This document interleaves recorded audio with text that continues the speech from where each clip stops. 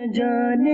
مسائل تو علماء سے پوچھیں، یہ حکم مبین ہم کو رب سے ملا ہے۔ الحمدللہ رب العالمین والصلاة والسلام علی سید المرسلین اما بعد فاعوذ باللہ من الشیطان الرجیم بسم اللہ الرحمن الرحیم الصلاة والسلام علیکہ یا رسول اللہ وعلی آلکہ واصحابکہ یا حبیب اللہ الصلاة والسلام علیکہ یا نبی اللہ وعلی آلکہ واصحابکہ یا نور اللہ۔ مدنی چینل کے ناظرین، پروگرام دارالافتاء اہل سنت میں آپ کو خوش آمدید کہتے ہیں۔ اللہ پاک ہم سب کو علم نافع عطا فرمائے اور جو کچھ ہم سیکھیں سمجھیں، مولا کریم ہم سب کو اس پر عمل پیرا ہونے کی توفیق عطا فرمائے۔ ہمارے پیارے نبی صلی اللہ علیہ وآلہ وسلم کا فرمان عظمت عالی شان ہے کہ تین طرح کے وہ اشخاص کہ جنہیں بروز محشر اللہ اپنے عرش کا سایہ عطا فرمائے گا۔ ان میں پہلا شخص ارشاد فرمایا جو میرے کسی امتی کی پریشانی کو دور کرے، اس کی کوئی ایسی مدد کرے، اس کی پریشانی کو دور کر دے۔ دوسرا وہ شخص جو میری سنت کو زندہ کرے۔ تیسرا وہ شخص جو مجھ پر کثرت سے درود بھیجے۔ یہ تین طرح کے وہ خوش نصیب ہیں جن کو اس روایت میں فرمایا گیا کہ اللہ پاک انہیں بروز محشر اپنے عرش کا سایہ عطا فرمائے گا۔ دیگر اور بھی روایات ہیں سایہ عرش پانے والے خوش نصیبوں کے حوالے سے۔ اس روایت میں ان تین اعمال کا ذکر ہے۔ کوشش کیجئے کثرت سے درود و سلام کو بھی اپنا وظیفہ بنائیں، نبی صلی اللہ تعالیٰ علیہ وسلم کی سنتوں پر عمل بھی کریں، اور نبی پاک صلی اللہ علیہ وسلم کی امت کی کوئی پریشانی ہمارے ذریعے سے حل ہو سکتی ہو تو ہم اس میں ان کی مدد کریں، ہیلپ کریں۔ تو آگے بڑھ چڑھ کر اس معاملے میں بھی ہمیں ضرور کوششیں کرنی چاہیے۔ کافی ایسے علاقے ہیں کہ جو باقاعدہ سیلاب کی زد میں آئے ہوئے ہیں اور بہت سے مسلمان پریشان ہیں۔ شہروں والے بھی پریشانی میں آتے ہیں اور گاؤں دیہات والے، اور بالخصوص سیلاب نے جن کے پورے گھر ہی بہا کر لے کر گویا کہ چلا گیا، تو ان کے ساتھ ہی ہم اپنی ہر طرح کی جو اللہ نے آپ کو دیا ہے، نوازا ہے، آپ آگے بڑھیے، ان کی کچھ مدد کیجیے۔ وہ آپ کی مدد کو یقیناً ایک طرح کے ترس بھی رہے ہیں اور دیکھ بھی رہے ہیں کہ کون آ کر ان کی مدد کرتا ہے۔ کئیوں کے گھر بالکل چلے گئے، جانور بہہ گئے، بلکہ جانی نقصانات بھی اس قدر ہوئے کہ بلا شیخ طریقت امیر اہل سنت دامت برکاتہ العالیہ نے گزشتہ جمعۃ المبارک کو یوم دعا کے سلسلے میں صلاۃ التوبہ، یوم دعا، یہ ترغیب بھی ارشاد فرمائی تھی، اور الحمدللہ لاکھوں لاکھ مسلمانوں نے اس عمل خیر کے اندر وہ حصہ ملایا، میں تو شریک ہوئے، اور یہ نماز اور دعا کا سلسلہ بھی ہوا۔ اللہ پاک ہم سب کو عافیت عطا فرمائے، سلامتی عطا فرمائے۔ کفیل صاحب آپ کو خوش آمدید کہتے ہیں۔ کیا کہتے ہیں آپ؟ ایسی جو مشکل گھڑیاں ہوتی ہیں کہ جس میں ہم سمجھے کہ کچے مکانات یہ وہ تو پریشان ہوتے ہیں، لیکن جو شہر والے ہیں بعض اوقات یہ باتیں سنتے تو ہیں سب، لیکن چونکہ اپنے گھروں میں محفوظ ہیں یا کوئی اس طرح کے خطرات نہیں ہیں، تو اس لیے شاید میں سمجھتا ہوں کہ وہ فیلنگ نہیں آتی کہ وہ کیا کیفیت اور کیا ایک فیلنگ وہ ہونی چاہیے۔ تو شہری اپنے شہر میں بھی رہتے ہوئے کوئی مدد کے کیا طریقہ کار کہ اپنے مسلمان بھائیوں کی وہ ہیلپ کریں، اور اس حدیث کے تحت جس میں امت کی پریشانی کو دور کرنے کے لیے اتنی بڑی بشارت عطا فرمائی، تو کیا ہونا چاہیے؟ بسم اللہ الرحمن الرحیم۔ یقیناً جو ہے وہ اللہ پاک نے جن لوگوں کو نوازا ہے اور وہ مدد کر سکتے ہیں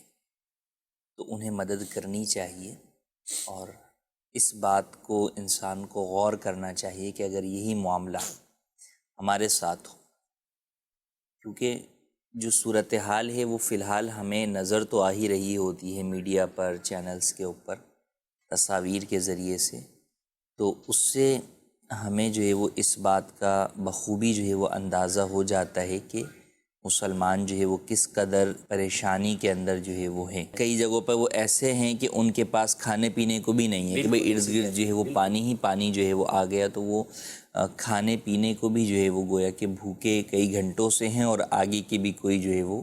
ان کے پاس کوئی یقینی امید نہیں ہے کہ جناب ہاں اتنے گھنٹے کے بعد جو ہے وہ پہنچ جائے گا۔ تو وہی بات ہے کہ ہمیں اپنے ساتھ ہونے والے ان واقعات کو پیش نظر رکھتے ہوئے احساس ان کا ہونا چاہیے کہ جب ہم گھر سے آفس یا آفس سے گھر جا رہے ہیں اور راستے میں بارش ہو جائے تو ہم کس طرح، خاص طور پر بائک والوں کو ہم دیکھتے ہیں کہ جناب وہ فوراً شیلٹر کی تلاش میں ہوتے ہیں جب تیز بارشیں جو ہے وہ ہو رہی ہوتی ہیں کہ یار کسی چیز کے نیچے آ جائیں، چاہے کسی برج کے نیچے، چاہے کسی پل کے نیچے، کہ چلیں ہم جو ہے وہ اس وقت بارش کی اس سے بچ جائیں۔ تو اب یہ سوچیں کہ ایک عارضی، حالانکہ وہ کتنی دیر کے لمحات ہوتے ہیں، 10 منٹ، 15 منٹ، آدھا گھنٹہ، تو جن کے اوپر یہ مسلسل وقت جو ہے وہ کئی دنوں سے جو ہے وہ طاری ہے، تو ان کے لیے کس قدر آزمائش کا جو ہے وہ سبب ہے۔ تو ایسے موقع کے اوپر ہمیں لوگوں کی مدد کرنی چاہیے، اور اس میں یہ سمجھوں گا کہ کئی لوگ تھے پہلے زمانے میں کہ جو یہ چاہتے تھے کہ ہم مدد کریں، لیکن وہ مدد پہنچانے کے قابل نہیں ہوتے تھے۔ دل تو تھا کہ یار احساس ہو رہا ہے مدد کریں، کیسے پہنچائیں۔ ایسے ذرائع نہیں تھے کہ جن کے اوپر اعتماد ہو کہ ان کو پیسے دیں گے یا ان کی مدد کریں گے تو یہ حقدار تک مدد پہنچ جائے گی۔ تو الحمدللہ عز و جل اس معاملے کو بھی دعوت اسلامی نے حل کر دیا کہ دعوت اسلامی چونکہ ایک قابل اعتماد جو ہے وہ تحریک ہے، تو دعوت اسلامی کے FGRF کے ذریعے سے جو یہ خدمات سر انجام دی جا رہی ہے، تو یقیناً آپ جو ہے وہ اس کے ساتھ تعاون کریں، ان کے ذریعے سے آپ جو ہے وہ سیلاب زدگان تک جو ہے وہ اپنا مدد کا حصہ جو ہے وہ ان تک پہنچائیں، تو انشاءاللہ ثواب بھی ملے گا، اور آپ کے لیے جو ہے وہ یہ ایک بڑا اچھا موقع ہے کہ آپ جو ہے وہ کسی کے لیے گھر فراہم کر کے، کسی کے لیے کھانا فراہم کر کے، کسی بھوکے کو کھانا کھلا کر بے شمار اجر و ثواب کے مستحق بھی ہو سکتے ہیں۔ اور آج جب انسان یہ ساری نیکیاں کرتا ہے تو یہی نیکیاں ہیں جو آنے والے دنوں کے اندر اسے ان طرح کی آفات سے جو ہے وہ در حقیقت بچاتی ہیں۔ بالکل بالکل، ماشاءاللہ۔ آپ دیکھ رہے ہیں ناظرین اکرام، سیلاب زدگان کی امداد بحالی کے لیے FGRF کے ساتھ تعاون کرنے کے حوالے سے جو اکاؤنٹس اور جو نمبرز آپ کو دیے جا رہے ہیں، آپ ان پر رابطہ کریں۔ الحمدللہ دعوت اسلامی ہر شعبے کے اندر، جو مختلف شعبے کے اندر جہاں پہ دینی خدمت بجا لا رہے ہیں، تو وہاں پر یہ شعبہ ایسا ہے کہ جو لوگوں کے ساتھ ایک مدد والا معاملہ، اور نہ صرف ایک وقت کا کوئی کھانا دے کر یا اس طرح کا معاملہ، الحمدللہ پوری ایک پلاننگ کے تحت کام ہوتا ہے کہ کھانا تو کھا لیا ہے، ٹھیک ہے، 6 گھنٹے 8 گھنٹے گزر جائیں گے، لیکن اب ان کا ہوگا کیا، یہ رہیں گے کیسے، ان کا کیا معاملہ آگے وہ چلے گا، تو پھر اس کے لیے ظاہر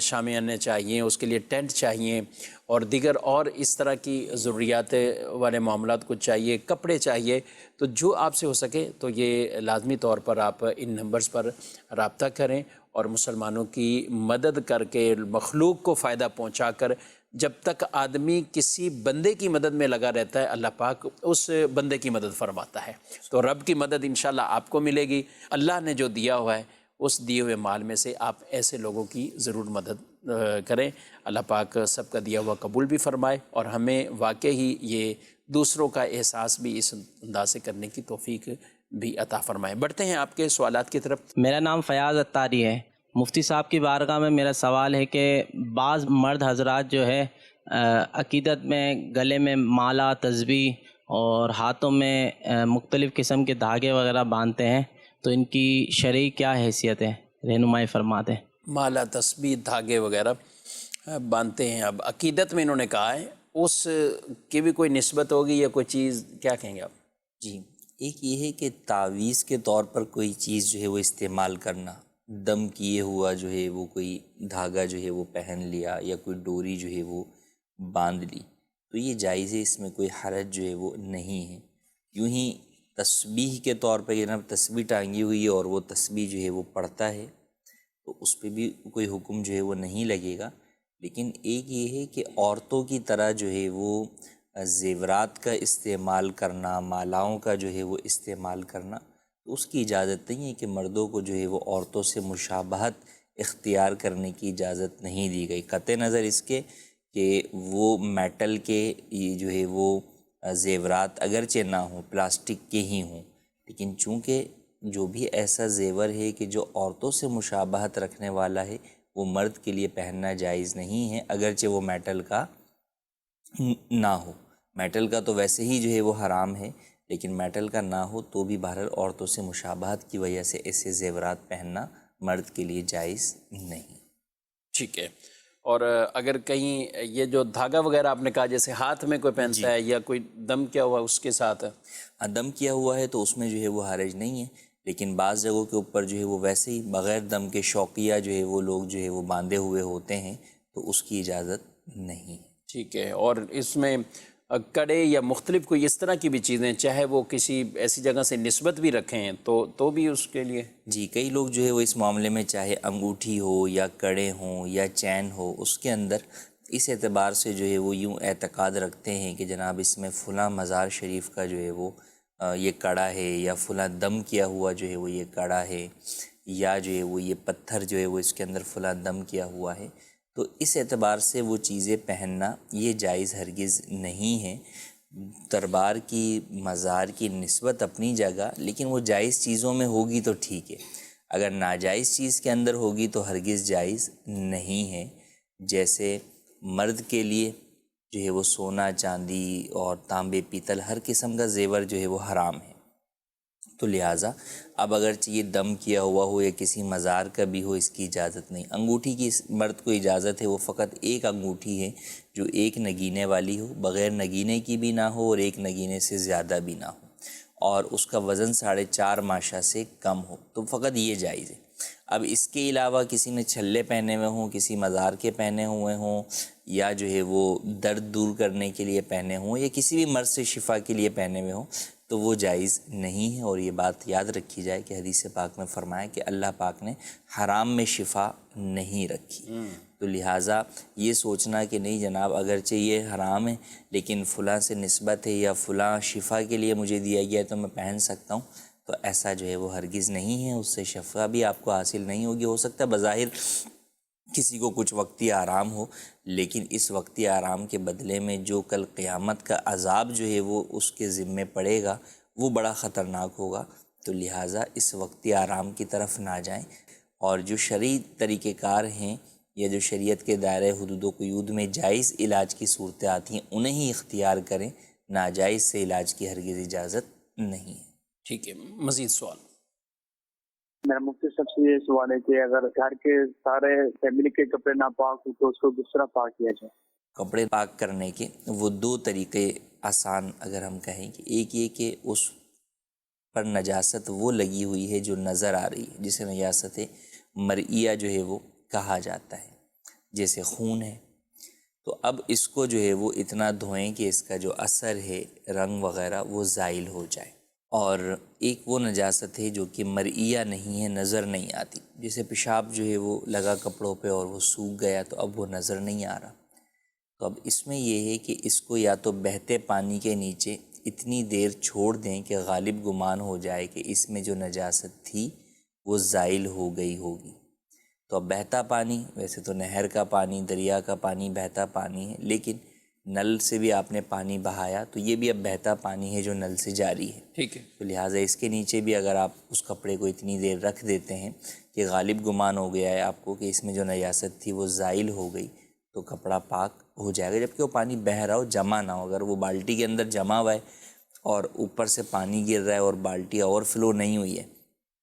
تو وہ کپڑا ناپاک ہی رہے گا، کہ وہ جو اس پانی میں گر رہا ہے وہ پانی بھی جو ہے وہ ناپاک ہو جائے گا جہاں پہ کپڑا رکھا ہوا ہے۔ ہاں اگر بالٹی میں آپ نے کپڑا ڈالا اور اس کو پورا ڈبو دیا اور اب اس کے بعد بالٹی جو ہے وہ بھر کے بہہ گئی، اور اب آپ کو غالب گمان ہو گیا کہ اتنا پانی بالٹی سے بھر کر بہہ گیا ہے کہ جو نجاست تھی وہ زائل ہو گئی ہوگی، تو وہ کپڑا آپ کا پاک ہو جائے گا۔ دوسرا طریقہ ہے نچوڑنے والا، کہ آپ ایک مرتبہ دھوئیں اور اسے اچھی طرح نچوڑیں کہ مزید کوئی قطرہ ٹپکنے کے قابل نہ ہو، پھر اسی طرح دوسری بار دھوئیں، پھر نچوڑیں، پھر تیسری بار دھوئیں اور پھر نچوڑیں، تو یوں تیسری مرتبہ نچوڑنے کے اندر وہ کپڑا پاک ہو جائے گا۔ ٹھیک ہے، اگر کوئی رنگ وغیرہ رہ جاتا ہے اس کے اوپر، ویسے یہ مرحلہ بھی کر لیا یا وہ دوسرا مرحلہ کر لیا پھر؟ جی، کوئی ایسی نجاست لگ گئی یا نجاست کے ساتھ کوئی رنگ وغیرہ تھا کہ وہ اچھے طریقے سے دھو لیا، نجاست کے اثرات زائل ہو گئے، فقط اب رنگ جو ہے وہ نہیں جا رہا، تو اس صورت کے اندر بھی وہ کپڑا پاک ہو جائے گا۔ اچھا، یہ جو ٹپ یا بالٹی وغیرہ میں آپ نے کہا نا اوور فلو ہو جائے، اس میں کپڑے کتنے ڈالنے ہوتے ہیں؟ یعنی بعض اوقات اس کو جو سوال کرنے والے ہیں وہ بھی آگے بتاتے ہیں نا کہ اب اتنا بھر دیا کپڑوں سے کہ پانی تو فوراً باہر وہ ہو جائے گا،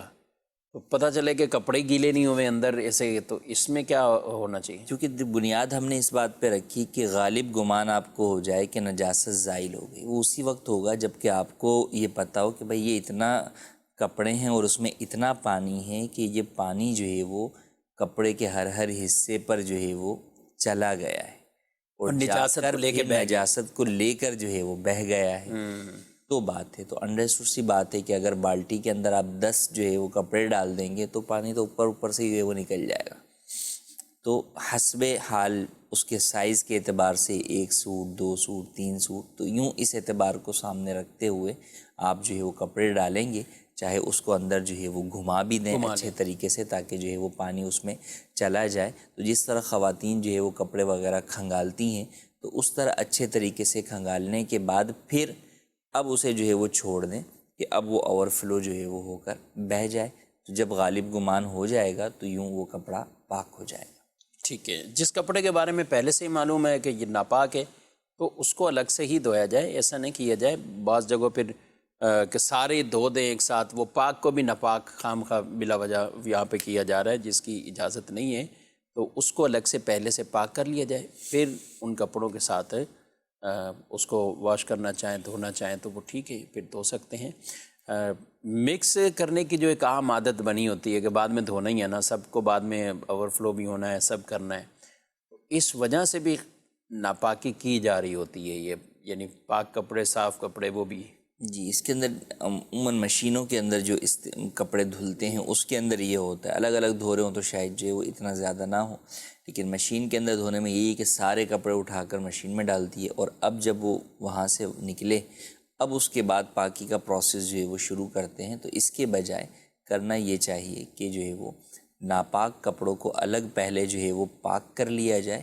اب کپڑوں پر سے میل وغیرہ کی صفائی کے لیے مشین میں اس کے بعد ڈالا جائے تاکہ جو ہے وہ پاک کپڑے بلا وجہ ناپاک نہ ہوں اور جو ناپاک ہیں وہ پہلے الگ طریقے سے ہی پاک ہو جائیں۔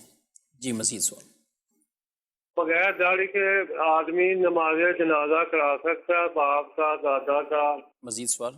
میرا دارالفتہ اہل سنت کے سلسلے میں یہ سوال ہے، مغرب کا مکروہ تحریمی ٹائم کب سٹارٹ ہوتا ہے؟ عشاء سے کتنی دیر پہلے سٹارٹ ہوتا ہے؟ ٹھیک ہے، اچھا نماز جنازہ کی امامت جو بھی ہے تو اس کے لیے وہی شرطیں داڑھی بھی ہو جی، سب اس کے لیے بھی وہی ہے کہ جو کہ وہ امام ہے اور رب تعالیٰ کی بارگاہ میں جو ہے وہ مردے کے لیے جو ہے وہ مناجات کر رہا ہے، اس کے لیے دعائے مغفرت جو ہے وہ کر رہا ہے، تو وہ امام شرائط امامت پر پورا اترنے والا ہی ہونا چاہیے، تو لہٰذا اگر اولیاء کے اندر کوئی ایسا ہے تو ہی وہ جنازہ پڑھائے، اگر نہیں ہے تو پھر مسجد محلہ کے امام کو ہی جو ہے وہ جنازے کی طرف بڑھایا جائے یا اور کسی کو جو ہے وہ بڑھایا جائے جو کہ بطور امام جو ہے وہ شرائط پر پورا اترتا ہو۔ ٹھیک ہے، مغرب کا مکروہ تحریمی وقت جب ستارے جو ہے وہ گھت جائیں، یعنی ستارے جو ہے وہ زیادہ نظر آنا شروع ہو جائیں تو یہ مکروہ وقت ہے۔ اس کو ٹائم کے اعتبار سے جو ہے وہ آپ لمٹ نہیں کر سکتے کہ جناب 20 منٹ کے بعد یا 30 منٹ کے بعد جو ہے وہ مکروہ وقت شروع ہو جائے گا، بلکہ دار و مدار جو ہے وہ یہ ہے کہ جب ستارے جو ہے وہ گھت جائیں، زیادہ نظر آنا شروع ہو جائیں تو وہ مکروہ وقت کا آغاز ہو جاتا ہے۔ ٹھیک ہے، بلا عذر وہاں تک تاخیر کرنا جو ہے وہ گناہ ہے۔ جی مزید سوال۔ اکبر علی اتاری عرض کر رہا ہوں، مفتی صاحب سے میرا یہ سوال ہے، بعض لوگ جب جماعت سے نماز پڑھ رہے ہوتے ہیں اور جب سلام پھیرا جاتا ہے، سلام کے پھیرنے کے فوراً بعد پیچھے کو ہٹ کر کے بیٹھ جاتے ہیں، تو یہ پیچھے کو سب سے پیچھے کو ہٹ کر کے بیٹھنا کیسا ہے ایک مقتدی کا سلام کے پھرنے کے بعد؟ دوسرا میرا مفتی صاحب سے یہ سوال ہے، جماعت کے بعد بعض لوگ ٹانگیں آگے کر کے وہ بیٹھ جاتے ہیں، جیسے سلام پھرا اور اپنے ٹانگیں پھیلائی اور آگے وہ کر لی، تو اس طرح مطلب کرنا کیسا ہے؟ جی، پیچھے اگر کوئی مسبوق مقتدی نماز جو ہے وہ نہیں پڑھ رہا یا ان کے اس عمل کی وجہ سے کسی کو تکلیف جو ہے وہ نہیں ہے تو اس صورت میں کوئی حرج نہیں ہے، جماعت کے بعد جو ہے وہ اس کا ہٹ کر بیٹھنے میں شرعی اعتبار سے کوئی قباحت نہیں ہے۔ ہاں البتہ جو آپ نے دوسری صورت کہی کہ ٹانگیں آگے کی طرف کر دیتے ہیں، تو اگر ٹانگیں بالکل سیدھی پھیلا دیتے ہیں تو یہ تو قبلے کی جانب جو ہے وہ پیر کرنا ہوگا، تو یہ جو ہے وہ مناسب نہیں ہے، اس سے بچنا چاہیے کہ بے ادبی ہوگی۔ ہاں البتہ ویسے ہے کہ انہوں نے ٹانگیں اپنی تھوڑی سی کشادہ کی ہیں لیکن قبلے کی طرف پیر نہیں ہیں، تو اس میں بھی کوئی حرج نہیں ہے۔ ٹھیک ہے، اور پیچھے نماز بھی کوئی پڑھ رہا ہو اس کا بھی تو خیال رکھیں۔ جی مسبوق ہے یا کوئی پیچھے نماز پڑھ رہا ہے، یا آپ کو پتہ ہے کہ بھئی پیچھے والا آگے آ گیا اور اب آپ بھی جو ہے وہ پیچھے ہو گئے، تو وہی ہے کہ دوسرے مسلمان یا نمازی کی کو تکلیف سے بھی بچانا، اور مسبوق نمازی کے لیے جو ہے وہ نماز کی ادائیگی میں مشکل نہ ہو، اس بات کا خیال رکھتے ہوئے ہی یہ عمل کرنا چاہیے۔ ہاں اس میں یہ بھی تھوڑا سا، جب جماعت سے ہم نماز پڑھ رہے ہیں، ٹھیک ہے نماز فارغ ہو گئے، پالتی آپ مار سکتے ہیں، پالتی مار کے بیٹھنا چاہیں، لیکن اب اس میں کافی لوگ جیسے ہی جماعت سے فارغ ہوئے تو آلتی پالتی مار کے بالکل چوڑے ہو کے بیٹھ گئے بالکل۔ اب حتی الامکان کوشش کرے کہ تشہد میں جب تک منتشر صفیں نہیں ہوئیں اور دعا کے انتظار میں لوگ بیٹھے ہوئے ہیں، یا آپ نے جو کہا کہ ٹھیک ہے کچھ اگر ہے تو آگے نکل جائیں، وہیں پالتی مارنا، ساتھ والے بھی بیچارہ دیکھ رہا ہوتا ہے کہ یہ میرے اوپر وزن ڈال کر یا ادھر مجھے تکلیف دے کر، تو ان چیزوں کا ہمیں خیال کرنا چاہیے۔ جماعت کے اندر بھی یہ عمل ویسے یاد رکھنا چاہیے کہ یہ ہماری کلائیاں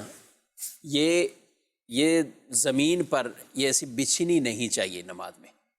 یہ زمین پر اگر ہم بچھا دیں گے، مردوں کی میں بات کر رہا ہوں، عورتوں کے لیے یہ مسئلہ نہیں ہے، عورتوں کے لیے بچھا کر اور سمٹ کر ہی سجدہ کرنا ہے، لیکن مرد وہ سجدہ ایسے نہیں کریں گے، یہ مکروہ تحریمی ہے کہ ان کی یہ بچھ جائے زمین، یہ پوری لگا دی یہ لگی ہوئی، تو یہ بھی اسے لگا کے یہ مکروہ تحریمی ہے مردوں کے لیے۔ ان کے لیے حکم یہ ہے کہ وہ ان کو اٹھائے رکھیں اور کشادگی کے ساتھ ہوں، جبکہ تنہا نماز پڑھ رہے ہوں اور ارد گرد یعنی نمازی نہیں ہے۔ جب جماعت کا معاملہ ہے، میں اس لیے بطور خاص یہ مسئلہ عرض کر رہا ہوں کہ جماعت کے اندر اس کی بھی یہاں یہ فرمایا گیا کہ پھر وہ کلائیوں کو کوئی اتنا کشادہ نہ کریں تاکہ ساتھ والے نمازیوں کو وہ تکلیف نہ پہنچے، یہ تنگی نہ ہو، لیکن پھر بھی نیچے نہیں بچھائیں گے، بالکل ایسے زمین پر بچھا دیں گے، ایسا نہیں کریں گے، لیکن زیادہ کشادہ بھی نہیں کریں گے۔ ہاں البتہ آپ اکیلے ہیں تو پھر ہاتھ تو زمین پر رکھنے ہیں، لیکن یہ کلائی اور یہ کوہنی جسے کہتے ہیں، یہ زمین پر بالکل بچھی ہوئی نہیں ہونی چاہیے۔ یہ مکروہ تحریمی بیان اسے کیا گیا ہے، تو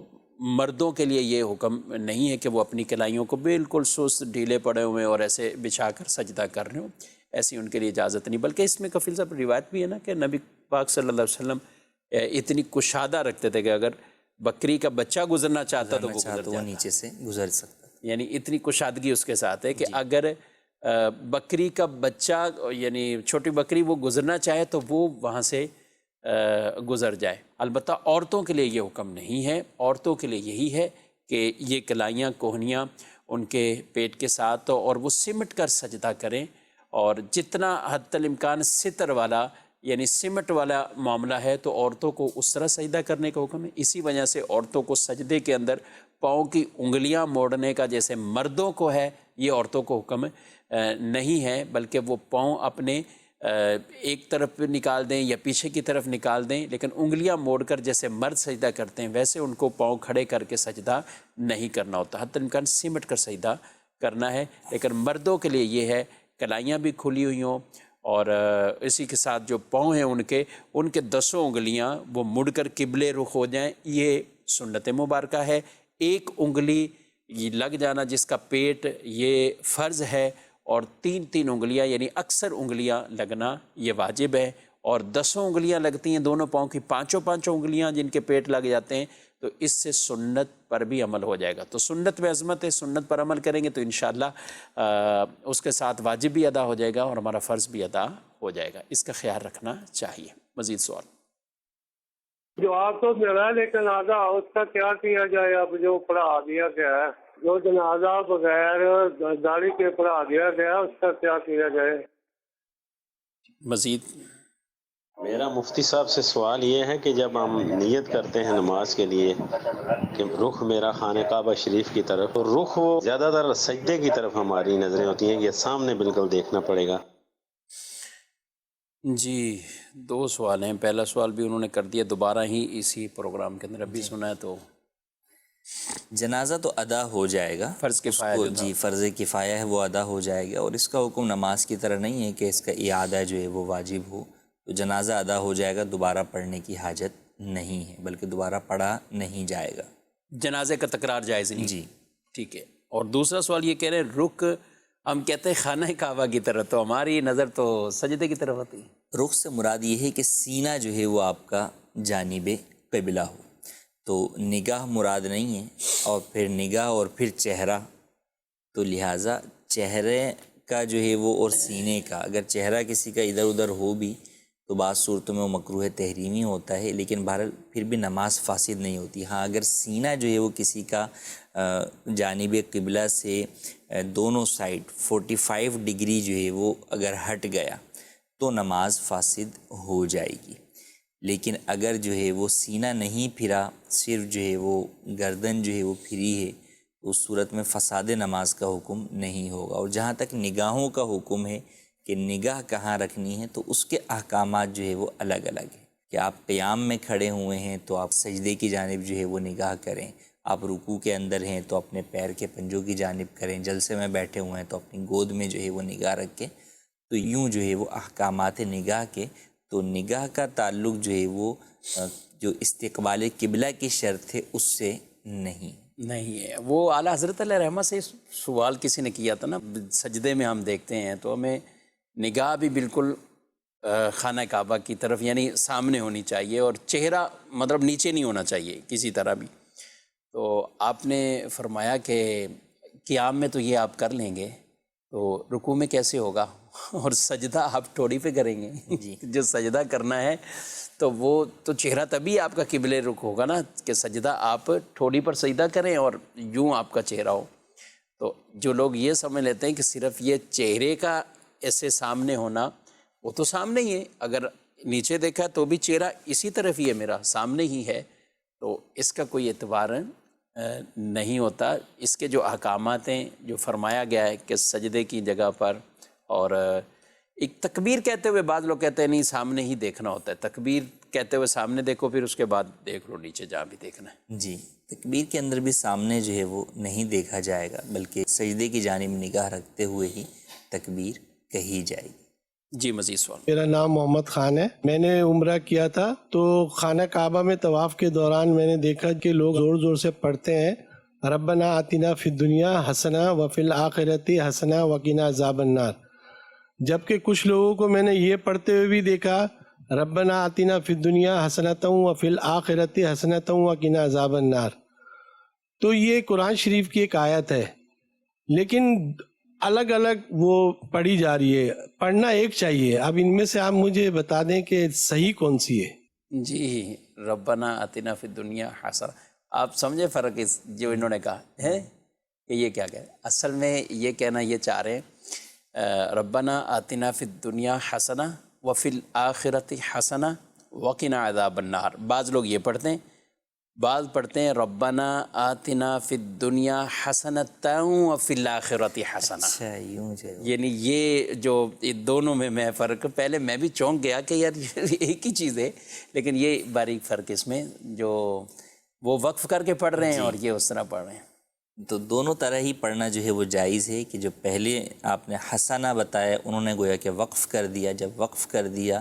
تو حسنہ پڑھیں گے، اور وقف نہیں کریں گے، وصل کر کے جو ہے وہ پڑھیں گے تو حسنۃ وفی الآخرۃ حسنۃ وقنا عذاب النار ہے۔ تو دونوں طرح پڑھ سکتے ہیں، اس میں حرج نہیں ہے۔ اور یہاں ایک اور بھی بات ہے کفیل صاحب، جب انہوں نے بھی سنا لوگوں سے کہ لوگ یہ پڑھتے ہیں، تو وہاں کئی لوگ بہت بلند آواز سے پڑھ رہے ہوتے ہیں، جی اس میں کیا ہونا چاہیے؟ اتنی بلند آواز کے دوسروں کے لیے جو ہے وہ تکلیف کا باعث بنے، یا دوسروں کے اپنے دیگر اعمال کی ادائیگی میں جو ہے وہ رکاوٹ کا باعث بنے، تو اس کی اجازت نہیں ہے۔ لہٰذا آہستہ آواز میں پڑھنا چاہیے، اور فقط یہ دعا ہی پڑھنا ضروری نہیں ہے، بلکہ آپ دیگر مختلف دعائیں بھی پڑھ سکتے ہیں، اور سب سے بہتر وظیفہ جو علماء نے فرمایا کہ طواف کرتے وقت پڑھیں وہ درود پاک ہے، تو درود پاک جو ہے وہ پڑھیں، انشاءاللہ وہ تمام دعاؤں کے لیے کافی ہوگا۔ ماشاءاللہ، درود پاک جتنی دعائیں یاد ہیں وہ بھی ساتھ ساتھ پڑھتے رہیں، اور بعض تو پوری وہ دعائیں پڑھتے ہیں، اور ویسے طواف اس کی کا بھی ایک دعائیں جو اپنا ہے وہ لطف ہے. یاد تو نہیں ہوتی عام طور پہ سب کو، زبانی تو یاد نہیں ہوتی، لیکن یہ آج کل موبائل میں ہے تو رفیق الحرمین یا رفیق المعتمرین امیر اہل سنت دامت برکاتہ عالیہ کی یہ کتاب اور رسائل یہ اپنے ساتھ رکھیں گے تو میں سمجھتا ہوں چکر بھی یاد رہتے ہیں. اچھا یہ ہیں اس انداز سے کہ اگر آدمی صحیح مخارج اور اس طور پر پڑھتا جائے تو واقعی پورا چکر ہو جاتا ہے، ایک نارمل چکر. یعنی بعض کا تو بہت دور سے کرنا پڑے وہ ایک الگ بات ہے،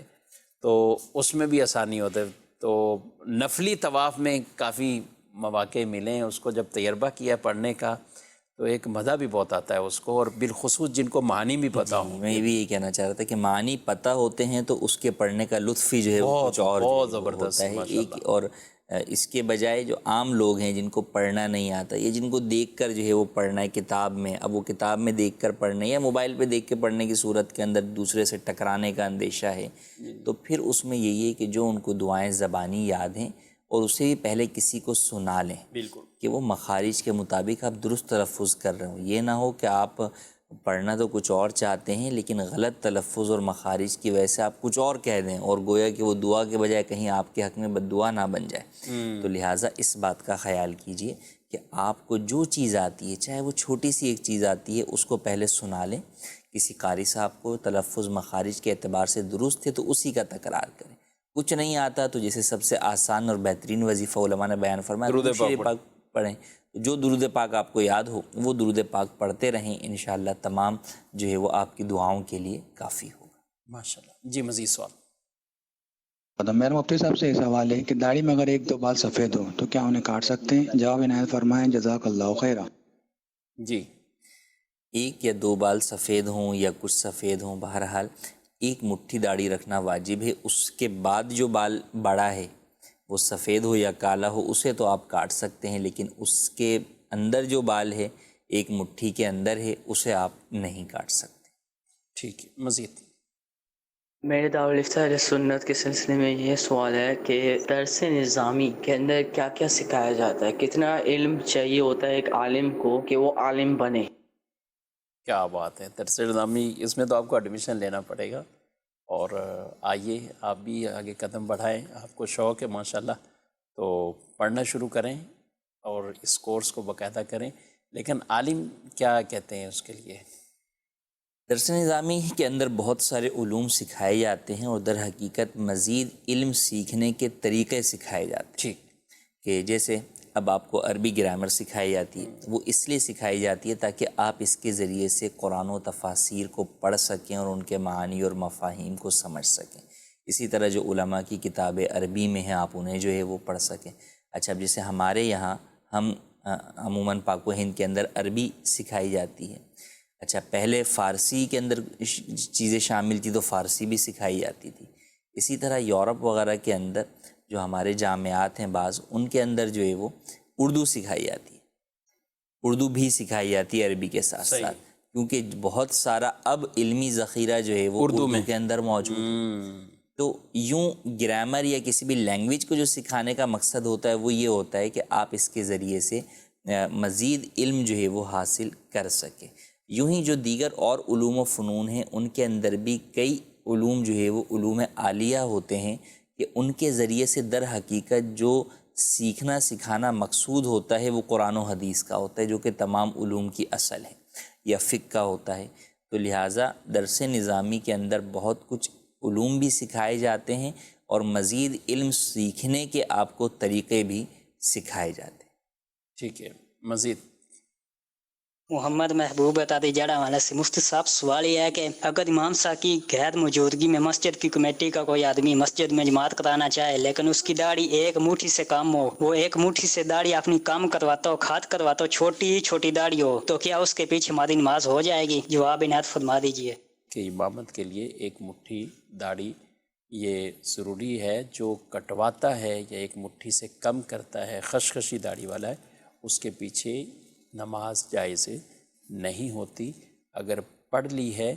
تو اس نماز کو دوبارہ پڑھنا یہ واجب ہوتا ہے. آئی نہیں داڑھی تو پھر کیا کریں؟ ہاں داڑھی آئی ہی نہیں ہے یا آئی ہے اور مٹھی سے کم آئی اب تک کٹوائی نہیں ہے، تو اس صورت کے اندر اگر دیگر شرائط امامت پائی جاتی ہیں تو وہ جماعت کروا سکتا ہے. اور یہ چاہے مسجد کمیٹی کا ہو، محلہ کمیٹی کا کوئی بندہ ہو یا حکومت کا کوئی بندہ ہو، کوئی بھی ہو. بہرحال منصب امامت ایک جدا منصب ہے اور اس کی اپنی شرائط اور اہلیت ہیں. جو اس پر پورا اترے گا وہی جو ہے وہ جماعت کروا سکتا.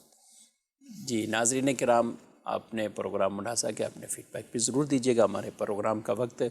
اپنے اختتام کو پہنچا ہے. اللہ پاک ہم سب پر اپنی رحمت کی نظر فرمائے، اور جن جن علاقوں میں بھی سیلاب کے معاملات ہیں رب تعالیٰ کرم فرمائے، ان کے لیے آسانیاں پیدا فرمائے، مددگار پیدا فرمائے،